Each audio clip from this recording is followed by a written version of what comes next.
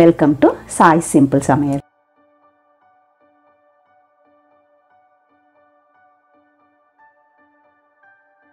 இன்றைக்கி நம்ம ரொம்பவே சுவையான சிக்கன் பிரியாணி எப்படி பண்ணுறதுன்னு பார்க்கலாம்.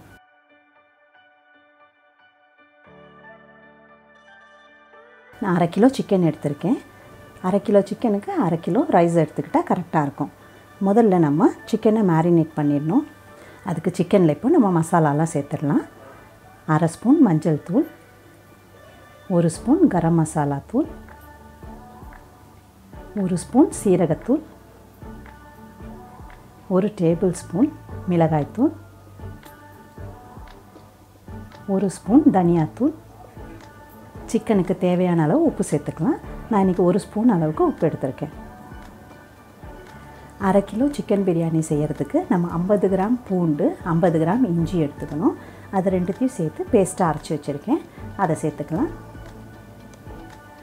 1/2 கப் அளவுக்கு தயிர், 1 table spoon lemon juice, 1 table spoon சமையல் எண்ணெய், கூடவே கொஞ்சம் பொடியாக நறுக்கின கொத்தமல்லி. எல்லாத்தையும் சேர்த்து நல்லா கலந்துடலாம்.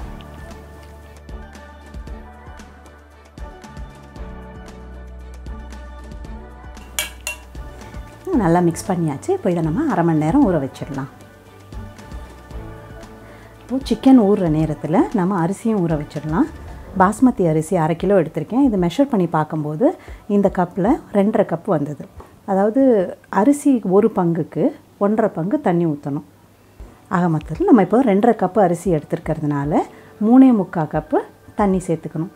நான் அரிசி கழுவி எடுத்துட்டேன். இப்போ ஊற வைக்கிற தண்ணியிலே தான் நம்ம சமைக்க போகிறோம். அதனால் இப்போவே மெஷர் பண்ணி ஊற்றிக்கலாம்.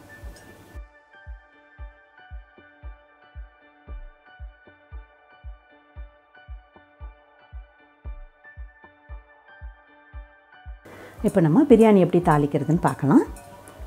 ஸ்டவ்வில் ஒரு அடிகனமான பாத்திரம் வச்சுக்கோங்க.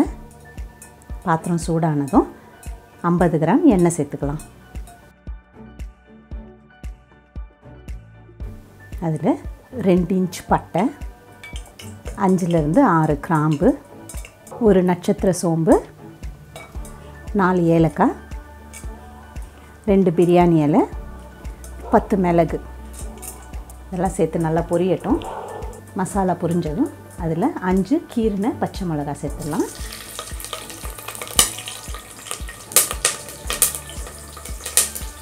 இதில் 150 கிராம் வெங்காயம் நீள நீளமாக நறுக்கி வச்சுருக்கேன். அதை சேர்த்துடலாம்.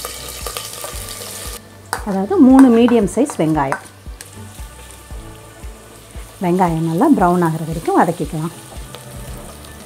வெங்காயம் இந்த மாதிரி நல்லா ப்ரௌன் ஆகிற வரைக்கும் வதக்கிக்கோங்க.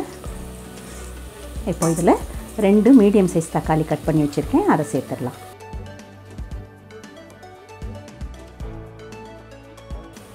தக்காளி நல்லா இப்போ வதங்கிடுச்சு. இதில் நம்ம ஊற வச்சுருக்க சிக்கனை சேர்த்துடலாம். அந்த மசாலாவோடு சேர்த்துருங்க.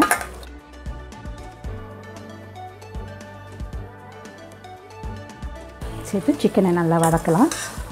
ஹை ஃப்ளேமில் வச்சுட்டு சிக்கனை நல்லா கலந்து விட்டுக்கிட்டே இருங்க. இப்போ நான் சிக்கன் சேர்த்து ஒரு 5 நிமிஷத்துக்கிட்ட ஆகுது.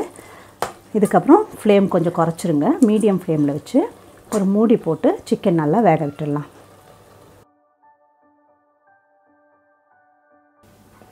10 நிமிஷம் ஆயாச்சு. இப்போ சிக்கன் வெந்துருச்சான்னு செக் பண்ணி பார்க்கலாம். இதுக்கு இடையில் நான் 2 தடவை கலந்து விட்டுருக்கேன். அப்போ தான் அடி பிடிக்காமல் இருக்கும். சிக்கனை இப்படி கட் பண்ணி பாருங்கள் கரண்டிலேயே. பார்த்திங்களா, கட் ஆகுது. இது ஆல்மோஸ்ட் 90% கிட்ட இப்போ வெந்துருச்சு. நம்ம அரிசி வைக்கிற நேரத்தில் மிச்சம் வெந்துடும். இவ்வளோ வெந்தால் போதும். இப்போது இந்த சமயத்தில் ஒரு கைப்பிடி அளவு புதினா சேர்த்துக்கோங்க. நல்லா கலந்து விட்டுருங்க. இதில் இப்போ நம்ம தண்ணி சேர்த்துடலாம். ஏற்கனவே நம்ம அரிசியில் மெஷர் பண்ணி தான் தண்ணி ஊற்றிருக்கோம். அந்த தண்ணியை மட்டும் இப்போ இதில் சேர்த்துடலாம்.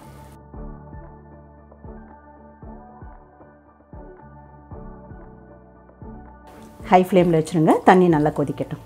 இந்த சமயத்தில் நம்ம ரைஸ்க்கு தேவையான உப்பு இதில் சேர்த்துக்கலாம். ஏற்கனவே சிக்கன் ஊற வைக்கும்போது சிக்கனுக்கு தேவையான உப்பை நம்ம அதில் சேர்த்துட்டோம். இப்போ இதுக்கு இன்னும் எவ்வளோ தேவையோ அதை சேர்த்துக்கோங்க. கிட்டத்தட்ட ஒரு ஸ்பூன் அளவுக்கு நான் சேர்க்குறேன். கலந்து மூடி போட்டு வச்சிடலாம்.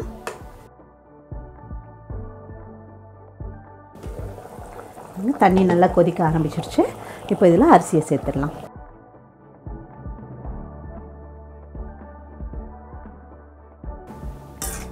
அரிசி நல்லா கலந்து விட்டுக்கோங்க.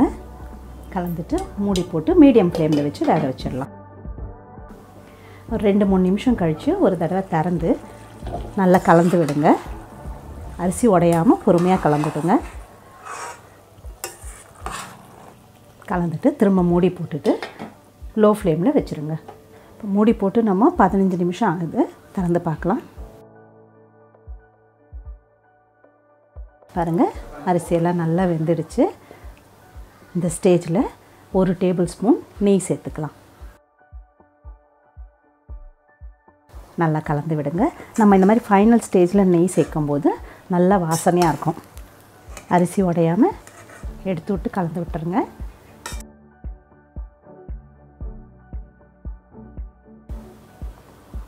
இப்போ நம்ம ஸ்டவ் ஆஃப் பண்ணிடலாம். நம்மளோட சுவையான மணமான சிக்கன் பிரியாணி தயார். ட்ரை பண்ணி பாருங்கள். இந்த வீடியோ பிடிச்சிருந்தா லைக் பண்ணுங்கள், ஷேர் பண்ணுங்கள். இது வரைக்கும் நம்ம சேனலை சப்ஸ்கிரைப் பண்ணாதவங்க சப்ஸ்கிரைப் பண்ணிவிடுங்க. கூடவே பெல் ஐக்கானை கிளிக் பண்ணிவிடுங்க. சிம்பிளாக சமைங்க, சுவையாக சாப்பிடுங்க.